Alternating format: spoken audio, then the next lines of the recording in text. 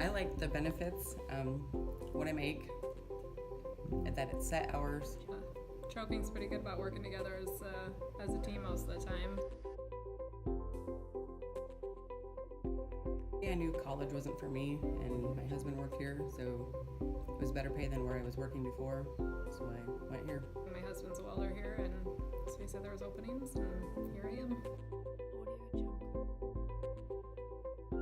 Good insurance. I mean, you're taken care of. They have multiple different ones that fits you too, so that's nice. I like the pay. You move up easily. Very easy to move up. The more you know, the better off you are. You can get hands-on experience here. Good pay, so if you're not sure what you want to do, even if it's just for a couple of years, save up money before you can go to college. Gives you a good work ethic. You're up and moving, and they push you to do your best as much as you can. To make the best trailers out there. Quality trailers.